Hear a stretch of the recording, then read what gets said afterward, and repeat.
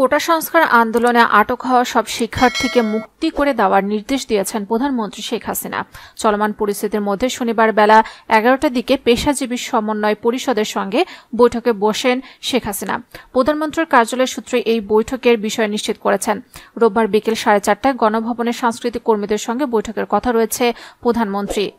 এদিকে বৈষম্য বিরোধী ছাত্র আন্দোলনের অন্যতম সমন্বয়ক নাহিদ ইসলাম জানিয়েছেন, সরকারের সাথে আলোচনায় বসার কোনো পরিকল্পনা নেই তাদের। শনিবার তিনি গণমাধ্যমকে এ কথা নিশ্চিত করেছেন।